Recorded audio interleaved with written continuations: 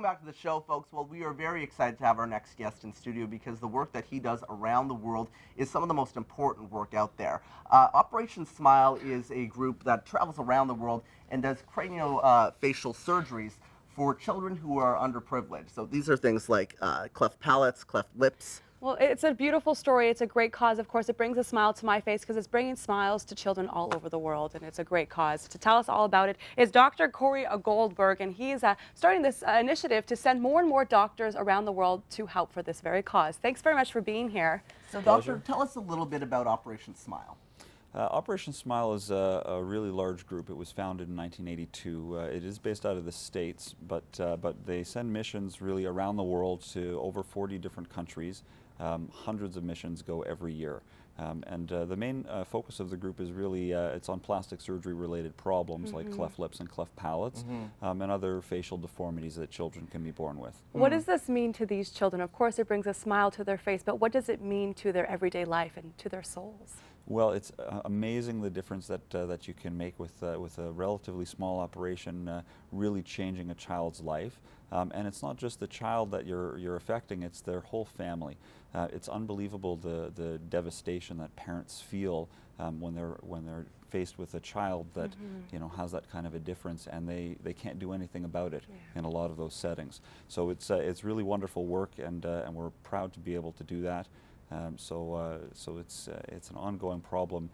Every year in India, there's about 30,000 children born with cleft lips and palates, and that's India alone. Around the world, it's even a bigger problem. Now, why is that? Are we seeing an increase in those numbers in developing countries? The truth is that it's not a difference in the rate. The rate is really, the incidence is the same around the world. It's about 1 in 1,000 children, but we're fortunate where we live here. The children get treated and they get their surgery in a timely fashion, usually within the first few months of life. And around the world, unfortunately, not everybody has access to that level of care. Can you explain to us the process, how you get connected with these families and how they connect to you? The outreach is really, it's a very powerful, and it starts with local offices in every country that we work in. There are local volunteers and workers who outreach to the community, making connections with local healthcare workers so that we work with them, and also reaching out and advertising to the community so that they know when we're coming for these missions, and that they know to come and meet us to have their surgery. So as I mentioned, you're one of 6 surgeons that does this traveling around the world. Where have you been? I've personally been to Cambodia and most recently to Egypt, to a city called Aswan. The 6 surgeons on that mission in Aswan, I was the only Canadian surgeon, a couple of Americans, a young lady from Morocco, and a couple of local surgeons from Egypt. But in Operation Smile, there are hundreds of surgeon volunteers and hundreds of anesthesiologists, nurses, dentists. It really is a huge team of people that needs to go in order to take care of these kids. On the mission that I was on recently in Egypt, we were 72 people from around the world, many local volunteers from Egypt as well. But you need a broad team in order to take care of these kids because they have such a large range of different problems that need to be dealt with in one. Right. Is it a matter of the facilities being available but not the means? Where are you traveling to perform these operations? Yeah, it's a question of both. It's the facilities and the people. It's very specialized surgery, so having surgeons who are technically capable of doing that, it's not easy to find, certainly hard to find pediatric anesthesiologists to put these kids to sleep, and the nurses and the pediatric intensivists to look after them afterwards, plus all the equipment. Putting it all together, really a challenge in a lot of these settings to get that done locally, and so we try to facilitate that in order to make it happen. Well, what can be a simple surgery can really change a life, and some of these children can be ridiculed by their community. What has it been like for you personally to see your work really change a child's life? It's hard to put into words the feeling.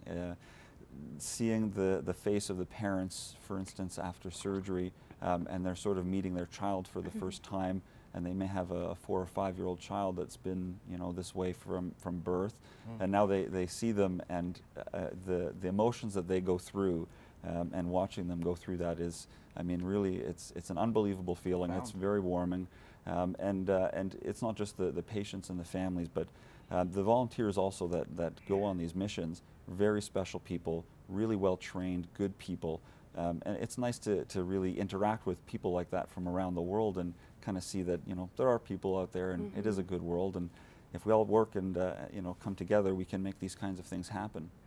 Dr. Goldberg, I think it's a wonderful thing that you're doing, and of course you're bringing a smile to your own face as well. You can see the joy that it brings for you, and of course these families and communities that you're affecting. We're going to take a look at some of the work that this doctor is doing around the world. We have some photos to show you right now on the screen. Now these are some of the facilities that we're seeing. Wow, look at how many doctors are there. So you actually bring equipment to have a complete operating room set up. Exactly. So we bring in the equipment, the supplies, the personnel. So it's all we need is the space, an operating room, and some lights, and we set everything else up from scratch. The picture that you just saw there, we had one room where there were 3 operating tables going simultaneously. On this mission in Egypt, we had 5 tables in total going. So it's, you know, it's amazing to walk into a room and to see 3 surgeons and 3 teams of nurses and anesthesiologists working together, and, you know, all these kids getting done. The main focus of the group, we really try to get as much done as we can, but safety is a prime concern. I mean, we want to go there and be as safe as possible. So a big part of the process is screening the children ahead of time. We have pediatricians that come with us and make sure that the children are you know, safe and healthy enough to have surgery.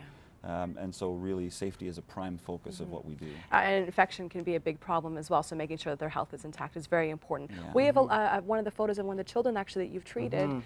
Oh wow, okay. So this is the before and the after. Before and after. Yeah. Tell us what you faced when you had to deal with this operation and how you did this. Well, that was one of the cutest little babies I've ever met. A very, very sweet little boy. So that particular baby, he had a bilateral lip, and that means that it was sort of cleft or opened on both sides. And it's a particularly challenging problem to treat that. It takes about 2 hours or so to do that kind of surgery, and really it's a question of repairing the muscles and the skin and all the other structures in the lip to bring it all together. And you then not only have to fix it, but you have to sort of fix it in a way that you know how it's going to heal and progress and grow over time. Really, children with cleft lips, it's an ongoing issue. They often require many operations and treatments up until, you know, 20 years or so. And so this is really, the lip is the first one usually, but when you're doing that kind of surgery, you sort of have the future steps in mind. We're going to continue talking with you after the break. We want to tell our viewers how they can get involved with this great organization and keep bringing smiles to children around the world. We'll be right back. Keep smiling. We'll be right back, everyone.